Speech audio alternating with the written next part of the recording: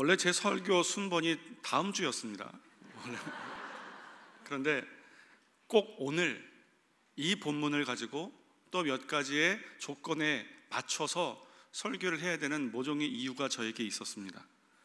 그래서 순서도 바꾸고 이 본문을 가지고 그 조건에 신경을 써가면서 말씀을 준비하는 과정에서 그 이유가 사라져 버렸습니다. 그리고 남는 건 오늘 이 말씀이 저를 통해서 증거되게 하시는 하나님의 뜻만 딱 남았습니다. 물론 사역자들 가운데 사역을 하다 보면 이런 일들 굉장히 흔하게 벌어지는 일입니다. 뭐 이런저런 일로 순서를 바꾸기도 하고 이런저런 흔한 일들이 있습니다. 그런데 제가 어떻게 보면 흔하게 벌어질 수 있는 이 일이 오늘 이 본문으로 부족한 저를 통해서 말씀하게 하시는 하나님께서 저와 여러분에게 꼭 들려주고 싶은 하나님의 마음이 있을 수 있도록 제가 고민해가면서 말씀을 준비를 했습니다. 우리 사는 일이 다 그렇습니다.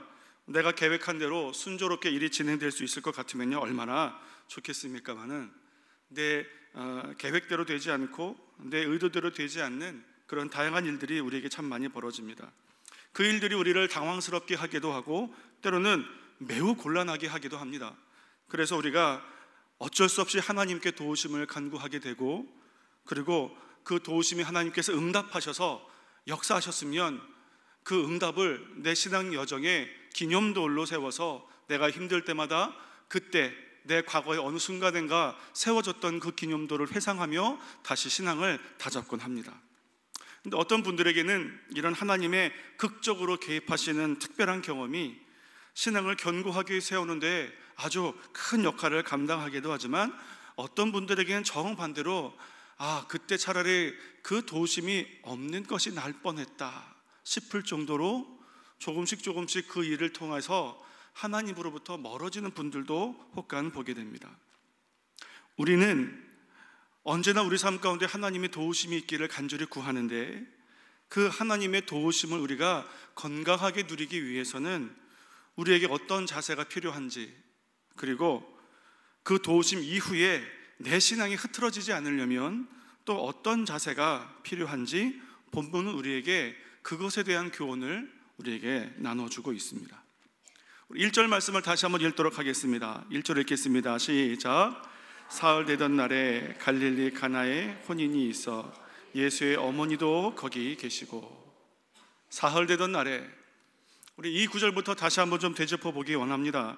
우리는 이 구절을 읽으면 가나 혼인잔치 사흘 전에 무슨 일이 있었길래 그 일이 벌어진 사흘 후라는 것을 이렇게 강조할까, 이렇게 이해를 하게 됩니다만, 이 표현은 사실 사흘 전에 벌어진 특별한 사건이나 그 사흘 후에 일어난 오늘이라는 사건을 강조하기 위해서가 아니라 사흘이라는 일상적인 시간의 흐름을 특별히 강조하고 싶은 요한 사도의 특별한 표현입니다.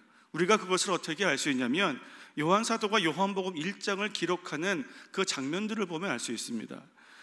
요한 사도가 기록한 요한복음 1장에는 독특한 표현의 기법이 나오는데, 그것은 시간의 흐름을 꼼꼼하게 기록하고 표현하고 있는 것입니다.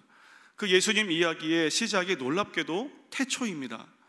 요한복음이 다른 세 복음서, 공간 복음서와 다른 큰 특징 중에 하나가 뭐냐면 이야기의 시작을 태초부터 시작하고 있기 때문에 그렇습니다. 요한복음 1장 1절인데 우리 같이 한번 읽어보도록 하겠습니다. 태초에 말씀이 계시니라. 이 말씀이 하나님과 함께 계셨으니 이 말씀은 곧 하나님이시니라. 그렇게 시작해서 예수님께서 자기 백성을 위해서 이 땅에 오신 것과 그 일에 대해서 침례 요한이 광야에 외치는 자의 소리가 되어서 주의 길을 예비한 것과 침례를 행한 것들을 쭉 기록하고 있습니다. 그러다가 19절에 제사장들이 보낸 자들이 침례 요한에게 와서 네가 누구며 무슨 자격으로 침례를 듣냐 이렇게 따져 묻습니다. 그 따져 물을 때 침례 요한은 내 뒤에 오실 이, 즉 예수 그리스도에 대해서 담대하게 증거하는 장면들이 쭉 기록되고 있습니다. 그런 침례 요한에게 드디어 예수님께서 침례를 받으러 오시는 장면이 29절입니다. 우리 29절 함께 읽겠습니다. 이튿날 요한이 예수께서 자기에게 나오심을 보고 가로되 보라, 세상 죄를 지고 가는 하나님의 어린 양이로다. 그 일 후에 침례 요한 제자 둘이 예수님을 따라가는 장면을 또 기록하고 있는데, 그 일의 시작이 35절입니다. 35절도 함께 읽겠습니다. 또 이튿날 요한이 자기 제자 중 두 사람과 함께 섰다가, 그 일이 벌어지고 또 예수님께서 빌립과 나다나엘을 부르시는 장면이 기록되고 있는데, 그것이 43절입니다. 우리 43절을 읽어보겠습니다. 이튿날 예수께서 갈릴리로 나가려 하시다가 빌립을 만나 이르시되 나를 쫓으라 하시니. 태초에 이튿날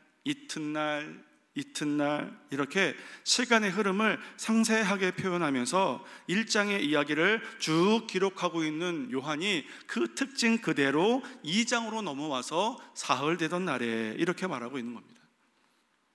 그러니까 요한은 시간의 경과와 사건을 딱 결부시켜서 아주 속도감 있게 이야기를 진행하고 싶은 겁니다.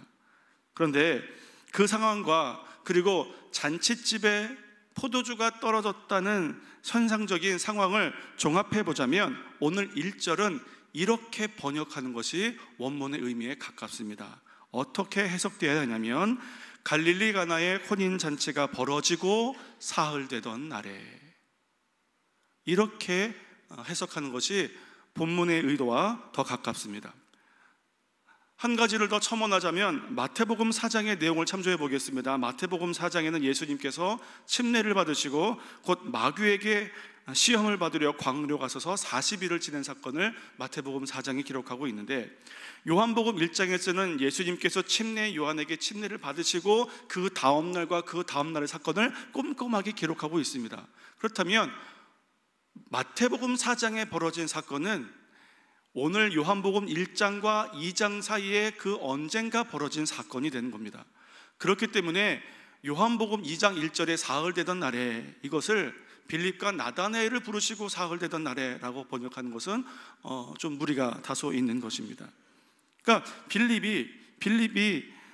빌립과 나다나엘을 하나님께서 부르신 그것이 아니라, 잔치가 벌어지고 사흘쯤 지나서 이제 준비한 포도주도 떨어진 그때에 예수님께서 가나 혼인잔치 자리에 참석하게 되셨고, 그때 벌어진 일 가운데 하나님께서 말씀하시고자 하는 메시지들이 쭉 기록되어 있는 겁니다. 잔치는 3일 전에 이미 시작되었습니다. 마리아는 주최 측의 입장으로 처음부터 있었던 것 같습니다. 예수님께서는 3일이 지난 후에 제자들과 함께 그 잔치에 참석하셨는데, 마침 그때가 포도주가 떨어진 때였습니다. 그러니까 오늘 이야기는 잔치라는 흔한 일상 속에서 벌어질 만한 흔한 그러나 곤란한 어떤 사건 속에서 예수님이라는 특별한 역사의 시간이 개입되는 사건입니다. 저는 제가 지금도 기억하고 있는, 제가 잘 본 애니메이션 중에 하나가 미녀와 야수입니다. 미녀와 야수 보면 제가 인상 깊었던 것은 뭐냐면, 보통 이제 이야기를 할 때 어떤 줄거리가 되는 큰 사건이 있습니다. 그 사건 전에 주인공은 어떤 사람이고 그 말에서 어떻게 살고 있고 아버지는 어떻고, 이런 것들을 쭉 기록하는 전 단계가 있습니다. 기승전결 중에 이제 기가 있는 거예요. 그런데 미녀와 야수 애니메이션을 보면 노래 한 곡이 쭉 나오면서 책을 좋아하는 벨이 자기 집에서 나와서 시장 들려서 도서관에 들르고 서점에 들르고 빵을 사고, 그러면서 게스톤으로부터 뭐 이렇게 하고, 아버지가 아주 곤란한 발명가이고, 이런 얘기들을 딱 노래 한 곡이 끝날 때에 설명을 다 해버립니다. 그리고 그 다음에 이제 아버지가 길을 떠나다가 야수가 있는 성에 잡힌 사건으로 바로 넘어갑니다. 그러니까 짧은 시간 안에 그 전에 하고 싶은 이야기를 쭉 다 하게 되는 것입니다. 그러니까 이것은 흔하게 벌어지는 일상 이야기들을 쭉 설명하고, 그 우리의 일상 속에서 하나님의 특별하게 간섭하시는 시간, 그때 벌어지는 사건을 우리에게 말하고 싶은 겁니다. 그래서 헬라어 성경에는 시간을 의미하는 단어가 두 개가 있습니다. 하나는 일상적인 시간을 뜻하는 크로노스, 그리고 하나님의 특별한 섭리가 일상의 어느 순간인가가 수직적으로 임하시는 카이로스, 이렇게 두 가지의 시간을 기록하고 있는데, 사랑하는 성도 여러분, 우리 삶은 그저 크로노스일 뿐입니다. 그러나 성도로서의 내 삶에는 하나님의 역사라는 카이로스의 순간이 반드시 있습니다. 그래서 오늘 설교의 제목이 내 삶이 주의 역사가 되고, 이것이 오늘 설교의 제목이 되는 것입니다. 다시 본문으로 돌아가서 당시 결혼식 여러 날 동안 잔치를 벌이는 것은 자연스러운 풍습이었습니다. 그런데 예상 밖으로 손님이 많이 오거나 잔치가 길어지거나 또 주당들이 여러 참석했다면 준비했던 포도주가 떨어지는 일도 그다지 드문 일이 아닙니다. 제가 이 말씀을 왜 드리냐면, 따라서 잔치집에 술 떨어진 일은 예수님께서 첫 번째 표적의 현장을 삼으실 만큼 굉장한 의미를 가지고 있거나 특별한 사건이 아니라는 겁니다. 그냥 우리 일상 속에서 흔히 벌어질 수 있는 그런 일입니다. 그렇기 때문에 오늘 본문을 볼 때 중요한 포인트를 잔치에 두시면 안 되는 거예요. 잔치는 우리 일상 가운데 흔히 벌어질 만한 일이기 때문에 그 잔치라는 흔한 일상 속에서 어떻게 해서 하나님의 역사라는 특별한 시간이 임하게 되었는가, 거기에 우리가 관심을 두는 것이 오늘 말씀을 바로 본 것입니다. 혼인잔치라는 내 삶 속에 기적이라는 주의 역사가 되려면 그러면 어떻게 해야 될까? 이것을 중심으로 해서 말씀을 보는 것이 옳습니다. 자, 오늘 본문에서 가장 중요한 단어 두 가지 단어를 뽑자면 4절에서 나오는 내 때라는 단어입니다. 자, 말씀을 펴보시고 4절에 나오는 내 때라는 단어가 있고 11절에 보면 표적이라는 단어가 나옵니다. 이 두 단어가 오늘 본문 말씀에서 가장 중요한 두 단어입니다. 그 중요한 두 단어를 중심으로 4절은 내 삶이 주의 역사가 되는 힌트를 제공하고 있고 11절은 내 삶이 주의 역사가 되게 하신 하나님의 뜻, 그것을 우리에게 보여주고 있는 것입니다. 오늘 본문 말씀의 초점에 좀 집중하기 위해서 부차적인 몇 가지 이유를 먼저 말씀을 드리겠습니다. 첫 번째는 포도주가 예수님의 보혈을 상징하기 때문에 오늘 사건은 예수님의 구속 사역에 대한 예표격이 되는 사건이다, 이런 설교 들어보셨을 것입니다. 물론 이런 해석으로 예수 그리스도의 피 흘리심의 은혜를 상기하는 것은 아주 유익한 일입니다만 이것이 오늘 본문이 말하고자 하는 핵심은 아닙니다. 두 번째, 사람이 주관하는 잔치는 언젠간 끝나지만 예수님께서 주관하시는 천국 잔치는 영원히 끝나지 않는다, 이것을 우리에게 전해주는 교훈을 들어보셨을 것입니다. 이것도 천국의 영원한 기쁨을 소망하게 하는 아주 좋은 가르침입니다. 실제로 예수님께서는 공생애 동안에 천국을 자주 언급하시고 비유로 자주 말씀하셨습니다. 그러나 오늘 본문의 표적을 행하신 이유가 그 목적이었다면 예수님께서 분명히 이 표적의 목적은 너희에게 천국 잔치가 어떤지를 알게 해주기 위해서야 라고 말씀하셨을 겁니다. 그렇기 때문에 우리 신앙생활에 유익이 되는 해석이긴 하지만 중요한 핵심은 아닌 겁니다. 왜냐하면 이것은 다 표적 자체, 물이 변해서 포도주가 돼서 가나 혼인잔치가 흥겹게 됐다는 이 잔치에 지금 집중되어 있는 해석이지, 그 일들이 왜 우리 삶 가운데 이루어지게 되었는지 그것은 전혀 언급하고 있지 않기 때문에 그렇습니다. 그런가 하면 오늘 본문 메시지와 정반대로 해석하는 경우도 있습니다. 이런 거죠. 예수님께서는 아직 당신의 때가 되지 않았지만 어머니에 대한 공경으로 자신의 뜻을 꺾고 기적을 행하셨다라는 해석입니다. 예수의 어머니인 마리아를 높이기 위한 해석인데 이것은 그야말로 오늘 본문의 해석과 정반대되는 해석을 하고 있는 겁니다. 왜냐하면 11절에 예수님께서 당신의 영광을 나타내셨다고 표현하고 있지 마리아의 영광에 나타났다고 말하고 있지 않기 때문에 이렇게 해석하는 것은 정반대 해석인 겁니다. 거듭 말씀드리지만 오늘 본문 말씀의 핵심은 무엇인가? 내 일상이 하나님의 특별한 역사가 되게 하기 위해서 우리는 어떤 자세를 갖춰야 하고 그 일 다음에는 또 우리는 어떤 모습을 계속 유지해야 하는가, 그것이 오늘 본문 말씀이 주는 핵심입니다. 자, 갈릴리 가나의 혼인잔치가 벌어지고 3일 지났습니다. 예수의 어머니가 잔치에 포도주가 떨어진 것을 걱정하는 걸로 봐서는 매우 가까운 잔치인 것 같습니다. 그래서 예수님과 제자들도 초청이 되었습니다. 마리아가 예수님께 포도주가 모자란 것에 대해서 도울 것을 요청합니다. 이것이 1절부터 3절까지입니다. 그래서인지 우리가 이 본문을 읽을 때 우리는 자꾸 혼인잔치 예수님께서 표적을 보이셔야 할 만큼 중요한 잔치라는 생각을 하게 되는데 그렇지 않다는 것을 4절이 우리에게 얘기해 주고 있습니다. 4절 말씀을 같이 한번 읽어보도록 하겠습니다. 시작. 예수께서 가라사대 여자여 나와 무슨 상관이 있나이까 내 때가 아직 이르지 못하였나이다.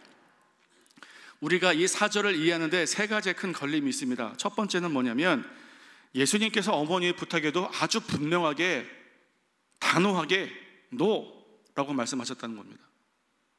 두 번째, 노라고 말씀하셨는데도 불구하고 마리아가 못 들은 채 하는 것처럼 보인다는 겁니다. 세 번째, 마리아가 못 들은 채 하는 것에 대해서 화도 안 나시는지 예수님께서는 또 기적을 일으키실 것 같다는 겁니다. 그러니까 이 문장 안에 우리가 제대로 이해하지 못하는 세 가지의 큰 걸림이 있는 겁니다. 이것들을 잘 이해할 때 오늘 본문이 우리에게 주는 메시지들을 우리가 선명하게 알 수 있는 겁니다. 자, 이것이 왜 중요하냐면 사실 이 사건을 우리의 신앙생활의 어떤 부분과 접목시키게 될 것이냐면 우리의 기도와 응답이라는 것에 이 말씀을 적용하게 될 것인데 이것을 제대로 해석하지 못하면 어떻게 적용되냐면 하나님의 뜻과 상관없이 억지를 부려도 하나님께서 응답하실 것이다 이렇게 적용하면 곤란하기 때문에 그렇습니다. 그러면 어떻게 해석하는 것이 좋은가? 저도 물 좀 먹겠습니다.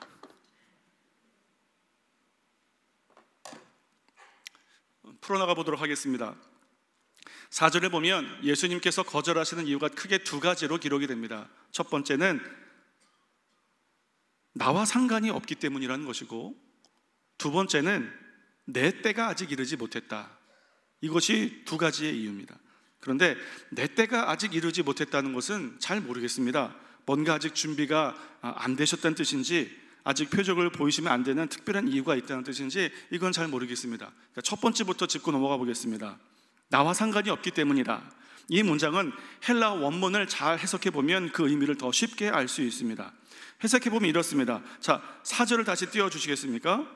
4절을 눈으로 보시면서 이 부분이 어떻게 해석되는 것이 원문에 가까운지를 제가 말씀드리겠습니다. 예수께서 가라사대 여자여 나와 당신이 무슨 상관이 있나이까. 원문에 이렇게 기록되었습니다. 나와 당신이 무슨 상관이 있나이까. 그러니까 예수님께서 노라고 말씀하신 이유가 잔치에 있는 것이 아니라 마리아에게 있다는 것을 지금 얘기해 주고 있는 겁니다.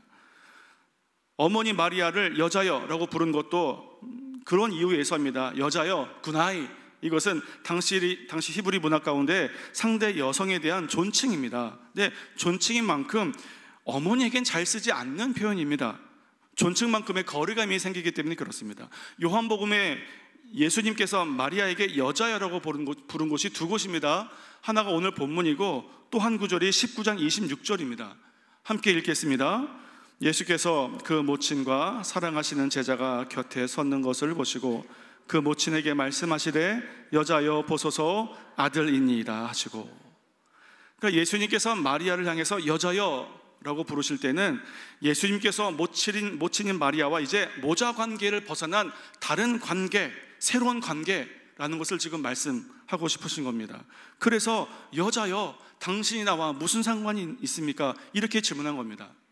그러니까 이 질문 안에는 모자 관계 아닙니다 라는 겁니다. 모자 관계가 아닌 다른 어떤 관계가 지금 있다는 것을 당신이 알 필요가 있다고 말하는 겁니다. 아들인 예수로서는 해결할 수 없는 문제를 가지고 예수님께 나왔으면 해결해 주시는 그것을 기대한 그 순간부터 관계는 바뀌어야 되는 겁니다. 예수님께서는 지금 그것을 마리아가 깨닫기를 바라시는 겁니다. 이해를 도울 만한 옛날 이야기를 하나 하겠습니다. 옛날에 한 왕자가 언젠가 자기가 다스리게 될 왕국이 너무 궁금해서 저작거리에 일반 평민들과 똑같은 집 한 채를 구입하고 평민들과 똑같은 옷을 입고 똑같이 생활하기 시작했습니다. 여러 날이 지나고 친구 한 명을 사귀었습니다. 친구를 통해서 일반 백성들의 관심사가 무엇인지, 나라를 어떻게 생각하는지 이것을 듣게 되었습니다. 근데 어느 날 그 친구가 온몸이 시퍼렇게 멍들어서 이 왕자를 찾아왔습니다. 그리고는 전부터 우리를 못살게 굴던 탐관오리가 결국은 우리 어머니 아버지를 끌고 가고 우리 집을 풍지박산을 만들었다, 이렇게 얘기합니다. 그러니까 왕자가 그 말을 듣고 걱정하지 말고 집에 가 있어라, 이렇게 얘기를 합니다. 친구가 이제 위로를 받고 집에 가는데 그 다음날 아침이 되니까 병사가 와가지고 이 친구를 부르는 겁니다. 나랑 어디 갈 데가 있다는 거예요. 그래서 갔더니 그 탐관오리의 집에 가는 겁니다.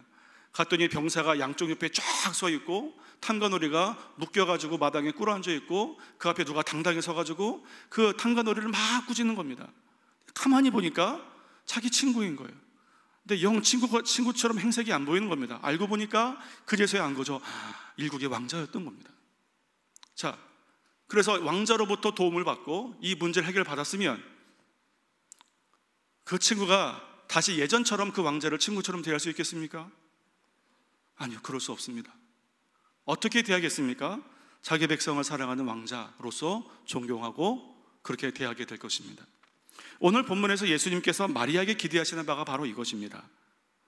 마리아가 예수님께 청하고 있는 도움은 사람이 해결할 수 없는 겁니다. 포도주가 점점 떨어지는 사흘 동안에 아마 근방에 있는 포도주는 다 긁어 모았을 겁니다. 그 다음에 도저히 해결될 수 없으니까 예수님께 그 문제를 가지고 나왔습니다. 그런데 여전히 지금 마리아는 어머니의 입장에서 아들로서 예수님을 대하고 있는 겁니다. 그게 문제인 겁니다. 지금 마리아에게 필요한 것은 아들 예수가 아니라 내가 해결할 수 없는 문제를 해결하실 수 있는 유일한 분 예수 그리스도셨습니다. 그렇다면 관계가 바뀌어야 됩니다. 우리가 인생에 해결할 수 없는 문제를 가지고 예수님께 하나님께 나왔다면 마땅히 전능하신 하나님 앞에 올려드려야 될 경외가 있어야 됩니다. 그런데 우리는 여전히 우리 삶의 문제를 가지고 하나님께 나아오면서 여전히 우리 삶의 주도권을 포기하지 않는 것이 문제입니다. 문제는 가지고 나왔지만 해결은 내가 원하는 방법대로 됐으면 좋겠고 내가 원하는 때였으면 좋겠고 내가 원하는 결과가 있었으면 좋겠는 겁니다. 그러나 우리는 기억해야 합니다. 예수님께서 저와 여러분을 위해서 죽기 전까지는 그분은 저와 아무런 상관이 없었습니다. 근데 그분께서 우리를 위해서 죽으시고 그 다음에 우리와 상관되었는데 그러면 그렇게 해서 우리와 어떤 관계를 맺으셨습니까? 이것에 대해서 베드로는 이렇게 말하고 있습니다. 주 대신 예수 그리스도. 사도행전과 베드로전서와 베드로 후서를 통해서 반복해서 말하고 있는 자기와 예수님과의 관계는 나의 주인 되시기 위해서 당신께서 스스로 희생하셔서 나의 구세주가 되신 사랑 많으신 예수 그리스도, 이렇게 관계를 명확하게 하고 있습니다. 사랑하는 성도 여러분, 우리가 예수님께 문제를 가지고 나올 수 있습니다. 예수님께서는 능력도 있으시고 우리를 사랑하시기 때문에 도우실 마음도 있습니다. 그러나 그것보다 먼저 생각해야 될 것은 예수님께서 나와 어떤 상관이 있다는 것입니다. 우리는 마치 예수님께서 내 삶에 극적으로 도우시는 히든카드나 도깨비 방망이처럼 내가 원하는 대로 짱 빼어들어서 극적인 반전을 이루는, 그렇게 활용하고 싶겠지만 하지만 우리가 항상 기억해야 될 것은 뭐냐면 예수님께서는 우리의 주인과 구주로서 나와 관계를 맺으셨다는 겁니다. 하실 수 있지만 하시는 때는 내가 말하는 때가 아니라 내 삶의 주인 되시는 하나님의 때에 그 일들을 이루실 것이라는 겁니다. 마리아가 그것을 깨닫지 못하고 있다가 이제 4절의 말씀을 통해서 그것을 깨닫게 됩니다. 서둘러서 자기를 점검하고 겸손으로 허리를 동이고 구주와 주님 되신 예수님 앞에 서게 된 겁니다. 예수님께서는 그때까지 당신의 도우시는 때를 잠깐 멈추고 마리아가 그것을 깨닫기를 기다린 겁니다. 어떻게 그것을 알 수 있냐고요? 4절에서 가장 중요한 단어가 무엇이라고 했습니까? 내 때라고 했습니다. 이 내 때가 헬라어로 호라입니다. 그런데 이 호라를 설명하는 헬라어 사전에 보면 호라를 어떻게 설명하고 있냐면 프로스카이로스라고 되어 있습니다. 여기까지는 못 알아듣겠죠. 프로스카이로스를 우리말로 가장 적당하게 오늘 본문에 맞게 그 의미를 찾자면 이런 뜻입니다. 조건부로 잠시 멈춰져 있는 시간. 이미 다 됐습니다. 모든 준비가 다 됐습니다. 그 조건만 충족되면 당장에 이루어질 수 있는 시간입니다. 그런데 그 조건이 이루어지지 못해서 잠시 멈춰져 있는 시간, 이것이 프로스카이로스, 오늘 본문이 말하는 호라, 내 때입니다. 하실 수 있고 하실 마음도 있으신 예수님께서 지금 다만 조건 하나가 충족되지 못해서 그 일들을 잠시 멈추고 계신 겁니다. 그것이 무엇이었습니까? 마리아에게 깨닫지 못했지만 비로소 깨닫게 된 것, 이제 예수님이 내 아들이 아니라 자기 백성을 구원하시기 위해서 이 땅 가운데 오신 메시아구나 라는 그것을 깨달을 때까지 멈춰두고 있다가 그것을 깨닫고 그 예수님 앞에 올바른 관계를 다시 정립하고 그 예수님 앞에 겸손으로 허리를 동이자 예수님께서는 그 충족된 조건을 기쁘게 보시고 기적을 행하신 겁니다. 우리가 어릴 때 흔히 하는 아이들에게 하는 교육이 있습니다. 아이가 이제 먹고 싶어하는 과자가 있으면 그 과자를 사가지고 집에 가서 아이에게 과자를 딱 내밉니다.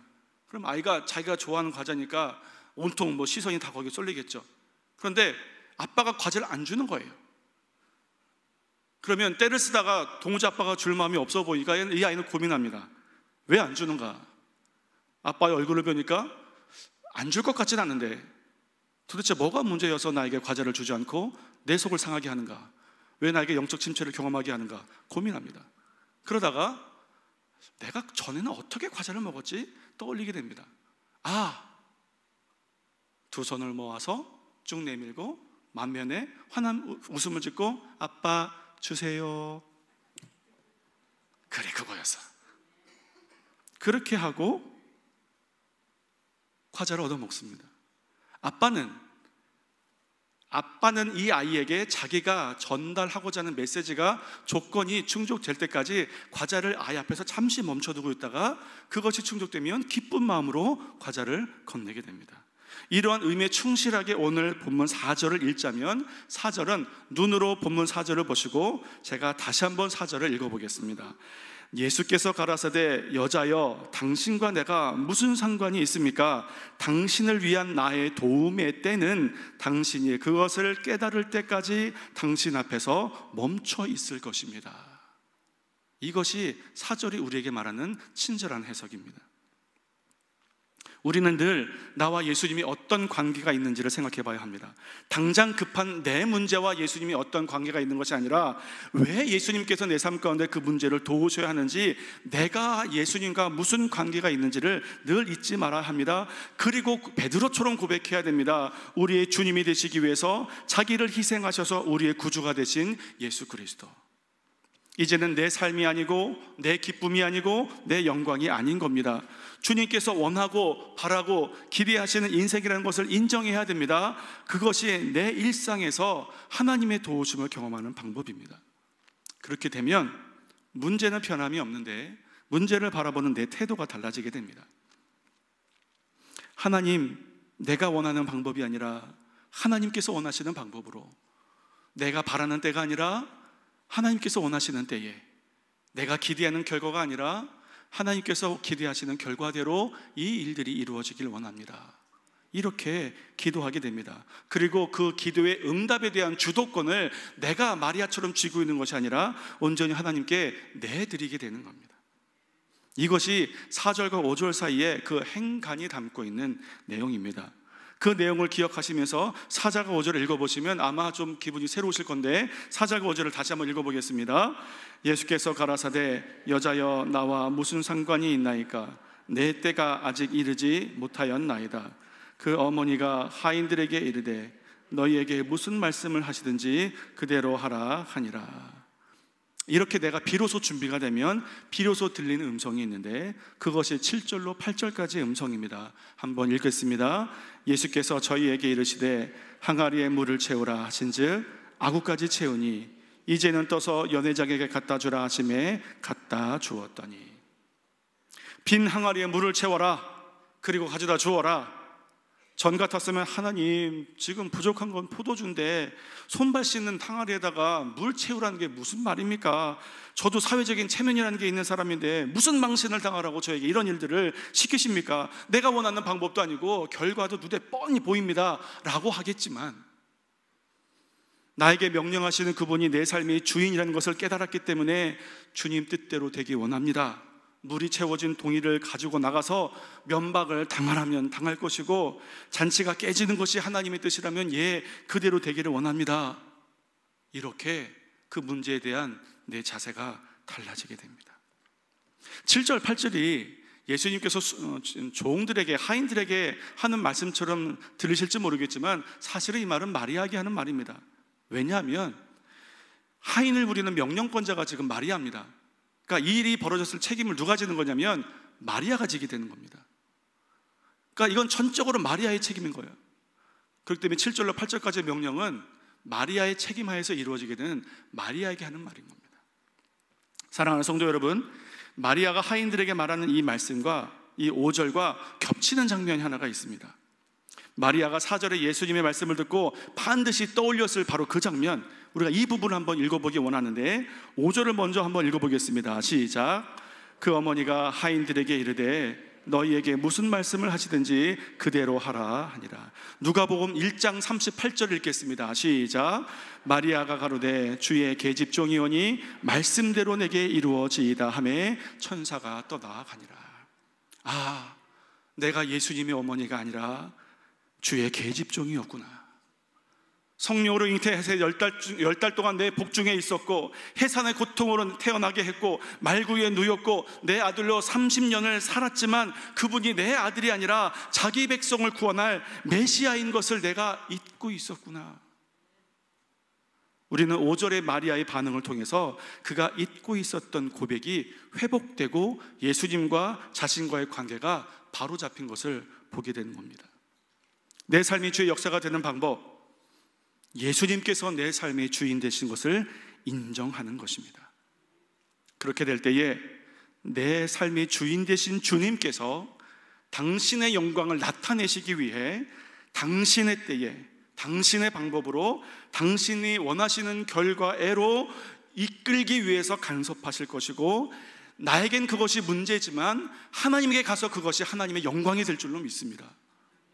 그러니까 하나님께서 내 기도 응답하시는 것이 아니라 하나님께서 당신의 때에 당신의 영광을 위해서 당신의 뜻을 이루신 것입니다. 거기에 내 삶의 문제가 도구로 쓰여졌을 뿐인 겁니다. 이것이 내 삶 주인 되신 하나님 앞에 마땅히 올려드려야 되는 종된 우리의 겸손한 자세입니다. 우리가 여기서 한 가지를 좀 더 생각해 봐야 하는데, 그것은 시선에 관한 문제입니다. 시선. 저는 복음서에서 기록하고 있는 예수님께서 행하셨던 표적 중에서 직접 한 가지를 경험해 보고 싶은 것을 딱 꼬집으라고 한다면 저는 2번 생각하지 않고 무리를 걷는 겁니다. 베드로처럼. 이건 꼭 한번 해보고 싶습니다. 나사로처럼 죽었다가 다시 살아난 것은 그거는 좀 부담됩니다. 예수님께서 일단 죽게 하시고는 야, 넌 그대로가 좋겠다 싶어서 곤란하기 때문에, 또 예수님께서 하늘을 날게 하셨다는 또 기록은 없기 때문에 저는 무리를 한번 걸어보고 싶습니다. 그 장면이 마태복음 14장 28절로 30절까지의 말씀인데 한번 읽어보시겠습니다. 베드로가 대답하여 가로되 주여 만일 주시어든 나를 명하사 물 위로 오라 하소서 한대, 오라 하시니 베드로가 배에서 내려 물 위로 걸어서 예수께로 가되 바람을 보고 무서워 빠져가는지라 소리질러 가로되 주여 나를 구원하소서 하니. 베드로가 끝까지 예수님께 자기의 시선을 고정했다면 틀림없이 예수님께까지 걸어갔을 것입니다. 그런데 그가 그 시선을 예수님이 아니라 바람에 일렁이는 파도의 시선이 옮겨지자마자 하나님의 시간을 경험했던 그 베드로에서 평범한 인생인 베드로로 그냥 전락해버리고 맙니다. 오늘 본문에서 그러면 시선에 관한 언급이 어디 있습니까? 라고 물으신다면 11절에 있습니다. 없는데요. 11절에 가장 중요한 단어가 무엇이라고 했습니까? 표적이라고 했습니다. 표적. 표적은 초자연적인 사건을 뜻하는 단어가 아니라 표지판이라는 뜻입니다. 쉽게 말씀드리면,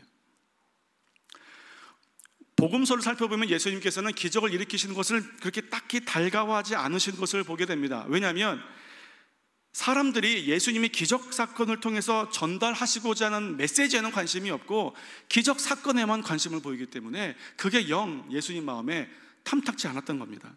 자, 표적, 세메이온, 이것이 표지판이라고 말씀드렸습니다. 그런데 이런 겁니다. 그 표지판이 담고 있는 내용이 너무 중요해서 사람들이 표지판을 놓치고 지나가지 않게 하려고 눈길을 끌 만큼 화려하게 장식이 되어 있는 것이 기적 같은 사건인 겁니다. 그러니까 화려한 장식을 보고 표지판으로 나와왔다면 그 표지판이 담고 있는 내용에 시선이 가야 하고 그 중요한 내용을 마음에 담아야 합니다. 그런데 화려한 장식이 신기하다고 계속 그것만 바라보고 있으면 표지판 세운 사람 보기 얼마나 답답하겠습니까? 예수님이 그런 심정인 것인 건데, 사실 오늘 저와 여러분을 보는 예수님의 심정이 그럴 수도 있다고 제가 조심스럽게 말씀을 드리고 싶습니다. 왜인지는 지금 2장 펴고 계시죠? 뒤로 넘기면 5장에 나오는데 일단 5장을 좀 펴보시겠습니까? 눈으로 확인하시면서 제가 드리는 말씀을 계속 들었으면 좋겠습니다. 5장에 보면 베데스다 연못에서 38년 된 병자를 고치는 기적 사건, 우리가 아주 잘 알고 있습니다. 5장에 총 47절로 되어 있는데 이 중에 기적 사건은 8절로 끝납니다. 8절로 끝이 나고 9절부터 47절까지가 예수님께서 이 기적 사건을 일으키신 이유를 말씀하시는 긴 변론이 47절까지입니다. 그런데 우리는 7절로 끝나는 기적 사건의 내용은 잘 알고 있는데 9절부터 47절 동안 길게 말씀하시는 예수님의 내용은 잘 모릅니다. 한 장 더 넘겨보시겠습니까? 6장입니다. 오병이어 사건이 기록되어 있습니다. 이 표적도 6장 5절부터 13절까지 9절 분량이 기적 사건입니다. 그리고 그것에 대해서 예수님께서 정말 하시고 싶은 메시지는 26절부터 59절까지 4배 분량으로 길게 기록되어져 있습니다. 보고 계시죠? 그런데 잘 모릅니다. 그러니까 우리도 기적 사건은 빠삭하게 알고 있는데 그 기적 사건을 통해서 예수님께서 말씀하시고자 하는 메시지가 뭔지는 정작 우리도 별 관심이 없더라는 거예요. 그러나 오늘 가나 혼인잔치에서 제자들이 보여주는 모습은 달랐습니다. 이것이 제가 여러분에게 마지막으로 힘주어 말씀드리고 싶은 장면인데, 우리는 흔히 그렇게 생각합니다. 제자들이 무리변에서 포도주가 된 그 기적 사건을 보고 예수님을 믿었다라고 생각하시는데 그렇지 않습니다. 정확하게는 제자들은 예수님의 전 과정을 다 본 겁니다. 무슨 말이냐면 마리아가 예수님께 도저히 해결할 수 없는 문제를 가지고 온 그 장면도 봤고, 예수님께서 마리아에게 당신과 내가 무슨 상관이 있습니까? 라고 물어보는 장면도 봤고, 그것을 들은 마리아가 갑자기 태도를 바뀌어서 공손한 태도를 취한 것도 봤고, 그 다음에 무리변에서 포도주가 된 기적 사건을 본 것입니다. 이 모든 과정을 다 봤습니다. 그리고 예수님께서 어떤 분인가를 깨닫게 된 겁니다. 11절을 한번 읽어보겠습니다. 예수께서 이 처음 표적을 갈릴리 가나에서 행하여 그 영광을 나타내심에 제자들이 그를 믿으니라. 제자들이 예수님을 믿은 원인이 예수님께서 나타내신 영광이라고 했습니다. 물론 초자연적인 기적을 일으킨 것만으로도 놀라울 만한 영광이겠지만, 어머니 마리아가 예수님께 보인 메시아로서의 권위, 순종의 모습, 그 이후에 행하여진 놀라운 기적을 다 아울러서 제자들은 예수님에게서 메시아의 영광을 보게 되는 겁니다. 사랑하는 성도 여러분, 오늘 본문에서 우리의 시선이 고정되어 있어야 하는 것은 무리변에서 포도주가 된 그 현상이 아니라 마리아가 예수님을 대하는 태도가 바뀐 바로 그 장면입니다. 우리가 그 장면을 마음 가운데 담고 있으면 내 삶이 주의 역사가 될 수 있습니다. 어머니에서 계집종으로 관계가 바뀐 바로 그 순간, 아직 내 때가 이르지 않았노라고 말씀하시면서 마리아가 깨닫고 바뀌기를 기다리시는 그 찰나의 순간, 4절과 5절 사이에 기록되어 있지 않지만 그 당시 사람들은 알고 있었던 바로 그 행간에 우리의 시선도 고정되고 우리의 마음도 거기에 있어야 합니다. 저와 여러분의 기도가 응답되지 않고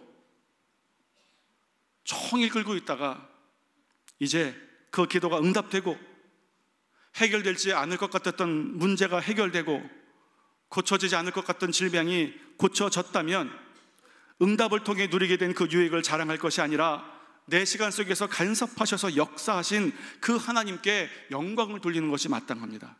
그리고 여전히 내가 겸손한 종의 모습을 유지하고 있는가를 점검해 봐야 합니다. 아까 과자를 받은 그 어린아이 기억나시나요? 그 어린아이가 두 손을 공손하게 내밀어서 아빠 주세요 그래서 과자를 받았습니다. 그리고는 이제 그 드디어 내 손에 쥐어진 과자를 너무 먹고 싶어서 후다닥 달려갔다면 어떤 일이 벌어졌을까요? 다시 와봐라, 뺏기던지 아니면 다음부터 국물도 없는 겁니다. 어떻게 해야 됩니까? 지금 당장 그 과자를 먹고 싶겠지만 그 마음이 굴뚝 같지만 양손에 가득 과자를 쥔 그 두 손을 배꼽에 딱 모으고 엉덩이를 또 쭉 빼고 아빠 고맙습니다 이래야 합니다. 그러면 아빠는 만족합니다. 왜냐하면 아빠가 아이에게 과자를 주면서 하고 싶은 메시지는 내가 너의 아빠가 되어서 내가 좋아하는 것을 언제든지 사줄 만한 너를 사랑하고 능력 있는 아빠란다 라는 것을 말하고 싶은 것이지, 이 과자 맛있다 이것을 말하고 있는 것이 아니기 때문에 그렇습니다. 첨언하자면 거기서 끝나지 않고 아빠 그리고 한 입 먼저 줬다면 평생 그 아이는 과자 걱정 안 해도 됩니다. 하나님께서 우리에게 원하시는 것이 이겁니다. 사랑하는 성도 여러분, 우리는 하나님께서 우리를 도우실 것에 관심이 많지만 하나님은 우리와의 친밀한 관계에 관심이 많으십니다. 그리고 그 관계 속에서 우리에게 하실 말씀에 관심이 많은 분입니다. 행하신 기적이 아니라 나타내신 영광을 보아야 합니다. 응답받은 내 기도를 자랑할 것이 아니라 영광을 보이신 하나님을 자랑해야 합니다. 기적 같은 도우심을 받은 내가 여전히 내 삶의 주인이 아니라 내 삶에 개입하셔서 역사를 이루신 그 하나님께서 내 삶의 주인 되신 것을 기억해야 합니다. 우리를 향한 하나님의 도우시는 때는 우리 앞에서 잠시 멈춰져 있을 뿐입니다. 도와주셔야 하는 문제 앞에 초조해하거나 왜 멈추셨는지 원망해하지 말고 잠시 멈춰서서 기다리시는 내 삶의 주인 되시는 그분 앞에서 내가 내 자세를 바로 하고 생각을 바로 하고 마땅한 순종의 모습을 회복하셔서 마침내 그 오랜 기다림을 끝내시고 응답하시는 하나님의 때를 경험하시는 저와 여러분 될 수 있기를 바랍니다. 그래서 오늘 설교의 제목처럼, 그리고 우리가 함께 불렀던 찬양의 가사처럼 저와 여러분의 삶이 주의 역사가 되는 놀라운 감격을 누리시는 인생 되시기를 주님의 이름으로 축원합니다.